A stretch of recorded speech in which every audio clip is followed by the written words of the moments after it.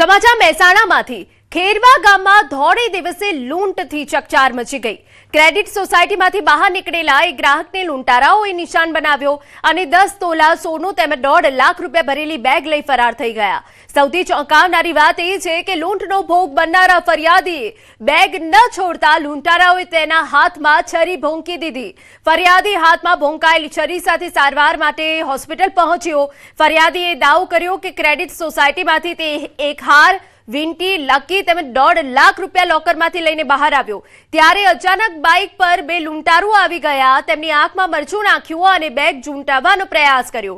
Bag ન છોડ્યું તો પહેલા બેગના નાકા કાપ્યા, છતાં બેગ પકડી રાખ્યું તો હાથમાં છરો મારી દીધો। હું ઘરેથી આવ્યો, બેંકમાં આવ્યો, ક્રેડિટ બેંક છે।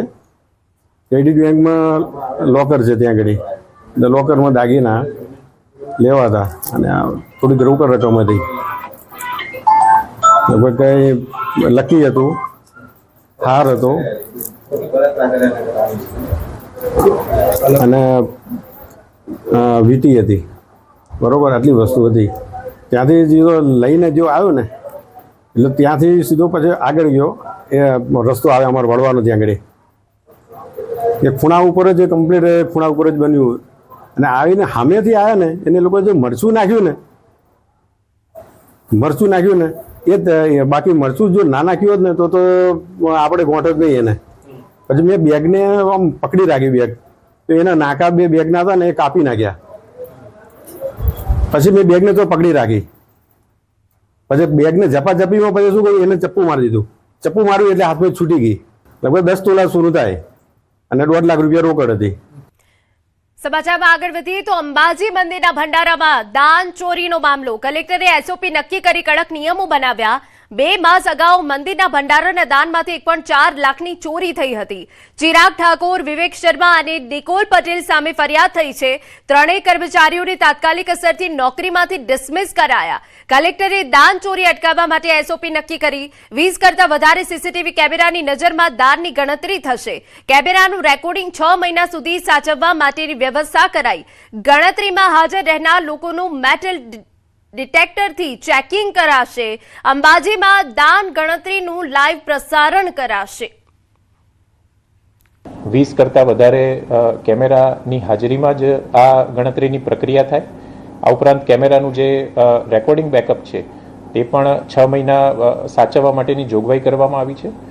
ગણતરીમાં હાજર રહેનાર તમામ કર્મચારીઓનું પોલીસની હાજરીમાં મેટલ ડિટેક્ટર દ્વારા ચેકિંગ કરવામાં આવશે અને ગણતરીની પ્રક્રિયા દરમિયાન પણ મોટા ખિસ્સાવાળા કપડાં પહેરવા ઉપર નિષેધ મૂકવામાં આવ્યો છે। ગણતરી પૂરી થયા બાદ તમામ જે ગણતરીમાં સંકળાયેલા કર્મચારીઓ છે તેમનું ફરીથી પોલીસ દ્વારા ચેકિંગ કરવામાં આવે તેવી પદ્ધતિ ગોઠવવામાં આવી છે। સમાચારમાં વાત બનાસકાંઠાની કરીએ તો દાંતા રેફરલ હોસ્પિટલમાં સુપ્રિન્ટેન્ડન્ટે બેદરકારી થયા હોવાનું સ્વીકાર્યું। દર્દીને એક્સપાયરી ડેટ પૂર્ણ થયેલી આઈવી ફ્લુઇડ બોટલ ચડાવવાનો મામલો સામે આવતા તંત્ર હરકતમાં આવ્યું। હોસ્પિટલના સુપ્રિન્ટેન્ડન્ટે આ ઘટનામાં બેદરકારી થઈ હોવાનું સ્વીકાર્યું છે। તેમણે જણાવ્યું કે હોસ્પિટલમાં રહેલી દવાઓ અને અન્ય બોટલોના સ્ટોકની તપાસ શરૂ કરવામાં આવી છે। સમગ્ર મામલે જવાબદાર સ્ટાફના નિવેદનો લેવામાં આવશે અને તપાસ બાદ જરૂરી કાર્યવાહી કરવામાં આવશે। एक बाटला था, वो किसी मैकेनिकल जो ट्रांसपोर्ट में हुआ, किसी सर्वेंट के द्वारा या जैसे भी हो, एक आ गया था। तो इसमें गलती वही हुई कि सिस्टर ने देखा नहीं और डेट और वो फ्लूइड लगा दिए। हम लोग एक मीटिंग लेंगे, जो ऑन डॉक्टर स्टाफ जो भी थे उनका खुलासा पूछ लेंगे, एक मीटिंग ले लेंगे। फर्दर ऐसा नहीं हो, जो हो गया वो तो हो गया।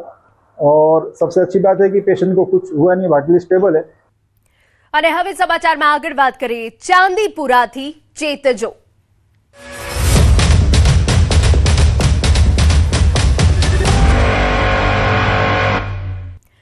ચાંદીપુરા વાયરસના કહેર વચ્ચે સાબરકાંઠાના હિંમતનગરથી ખળભળાટ મચાવે તેવા સમાચાર સામે આવ્યા। અહીં છેલ્લા 17 દિવસમાં 6 બાળકોના મોત થયા। જો કે તેમાંથી એક જ બાળકનો ચાંદીપુરા રિપોર્ટ પોઝિટિવ આવ્યો હતો। એવામાં બાકીના 5 બાળકોના મોત કયા કારણથી થયા એ મુદ્દે આરોગ્ય તંત્ર દોડતું થયું છે। 26 જૂનથી અત્યાર સુધીમાં હિંમતનગર સિવિલ હોસ્પિટલમાં ચાંદીપુરા જેવા લક્ષણો ધરાવતા 9 બાળકો દાખલ થયા।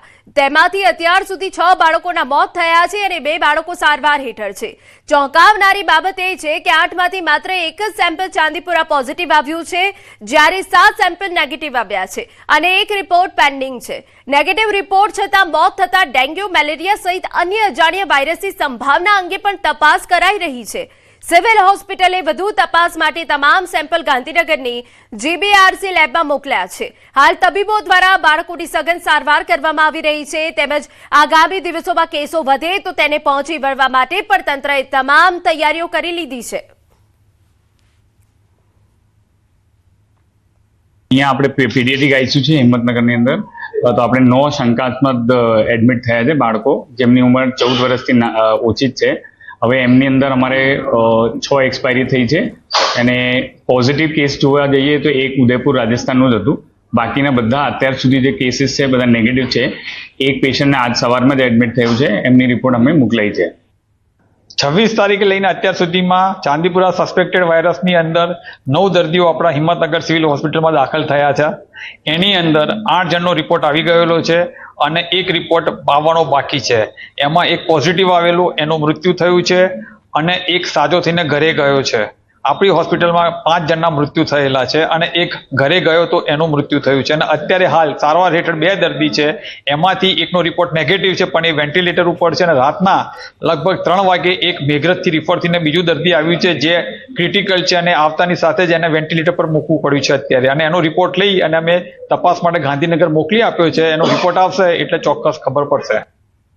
અન્ય મહત્વના સમાચાર, ભરૂચ કલેક્ટર કચેરી ખાતે આમ આદમી પાર્ટીના આગેવાનો અને કાર્યકરોએ ડેડિયાપાડાના ધારાસભ્ય ચેતર વસાવા સહિત પક્ષના હોદ્દેદારો સામે નોંધાયેલા કેસોના વિરોધમાં પ્રદર્શન કર્યું હતું. કાર્યકરોએ કલેક્ટર કચેરી બહાર રામધૂન કરીને તંત્રનું ધ્યાન દોરવાનો પ્રયાસ કર્યો હતો અને રાજ્યપાલના નામે આવેદનપત્ર સોંપી ન્યાયની માંગ કરી હતી. કલેક્ટર ઓફિસના ગેટથી અહીંયા આવેદનપત્ર આપવા આવ્યા છે. આ ભરૂચ જિલ્લાની તમે પોલીસ જુઓ, અમને અહીંયા ગાડી અટકાવી દીધા છે, અમને આ આવેદન પત્ર પણ આપવા જવા નથી દેતા. વલસાડ જિલ્લામાં છેલ્લા કેટલાક દિવસથી વરસાદે વિરામ લીધો છે, પરંતુ અગાઉ પડેલા ભારે વરસાદે શહેરના અનેક રસ્તાઓની પોલ ખોલી દીધી. શહેરના વિવિધ રસ્તાઓ ધોવાઈ જતા અને મોટા ખાડા પડતા વાહન ચાલકો તેમજ રાહદારીઓને ભારે હાલાકીનો સામનો કરવો પડી રહ્યો છે. દર વર્ષે વલસાડ નગરપાલિકા પ્રી મોન્સૂન કામગીરીના નામે રસ્તાઓની મરામત અને ડ્રેનેજ સફાઈ પાછળ લાખો રૂપિયા ખર્ચ કરતી હોવાના દાવા કરે છે. છતાં પ્રથમ જ ભારે વરસાદમાં રસ્તાઓ બિસ્માર બનતા લોકોમાં રોષ છે. ખરાબ રસ્તાઓના કારણે અકસ્માતો અને વાહનોને નુકસાન થવાની ઘટનાઓ પણ સામે આવી રહી છે. શહેરીજનોએ તંત્ર સામે સવાલો ઉઠાવી શહેરના રસ્તાઓનું સમારકામ કરવાની માંગ કરી છે. ગત વર્ષે કરતા 25 લાખ રૂપિયા વધારે આપીને પાલિકાએ કોન્ટ્રાક્ટ આપ્યો હતો. એ 72 લાખ રૂપિયાની જગ્યાએ 72,000નું કામ પણ નથી દેખાતું. ઘણા બધા રસ્તાઓની હાલત ખરાબ છે વલસાડના. અગર આ રસ્તાઓનું સમારકામ નહીં કરે તો અમારા દ્વારા ઉગ્ર વિરોધ કરવામાં આવશે. કે ડ્રેનેજ લાઇનનો મેઇન ઇસ્યુ છે, એના કારણે ઘણી બધી જગ્યાએ રસ્તા પર પાણી ભરાઈ ગયા હતા અને હવે અહીંયા ઘણી બધી જગ્યાએ શાકભાજી માર્કેટ એરિયા છે કે બજાર છે કે પછી કૈલાસ રોડના એરિયા છે, એ બધી જગ્યાએ રસ્તાઓ ખરાબ છે અને કોઈ પણ એવી તરત કામગીરી પણ કરવામાં નથી આવતી. લોકો અહીંયા ઉનાળામાં, શિયાળામાં દરેક સમયગાળામાં રસ્તા પર તો હેરાન થવાનું જ છે. સમાચાર રાજકોટમાંથી. ગોંડલમાં ગેરકાયદેસર બાંધકામો પર નગરપાલિકાનું બુલડોઝર ફરી વળ્યું છે. પાંજરાપોળ બ્રિજ નજીકના આવા કાચા પાકા મકાનો અને કમર્શિયલ બાંધકામો ધરાશાયી કરાયા છે.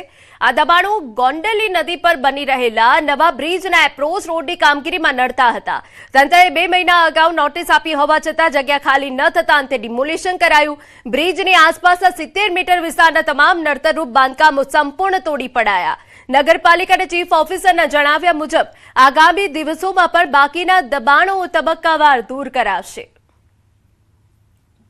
પાંજરાપોળ પાસે આરએનબી દ્વારા જે નવો બ્રિજ ફોરલેન બનાવવામાં આવે છે, એમાં અડચણરૂપ કોમર્શિયલ અને નદીની અંદરના અન્ય પ્રકારના દબાણો આજે દૂર કરવાની કાર્યવાહી કરી છે. આરએનબી દ્વારા રોડની બંને સાઈડ જે એપ્રોચ કરવાનો છે એને માટે આ જરૂરી હોય એ કાર્યવાહી નગરપાલિકા દ્વારા હાથ ધરવામાં. સિંહ બાદ હવે વાઘની પજવણી થઈ. જૂનાગઢના સકરબાગ ઝૂમાંથી વાઘની પજવણીનો એક વિડીયો સોશિયલ મીડિયા પર વાયરલ થયો. વિડીયોમાં કેટલાક પ્રવાસીઓ વાઘના પાંજરામાં કપડું ફેંકીને તેને હેરાન કરતા જોવા મળે છે. વિડીયો વાયરલ થતા ઝૂ તંત્રએ સમગ્ર ઘટનાની તપાસ શરૂ કરી છે. જો કે આ ઘટનાએ ઝૂમાં વન્ય પ્રાણીઓની સુરક્ષા અને દેખરેખ સામે અનેક સવાલો ઉભા કર્યા છે.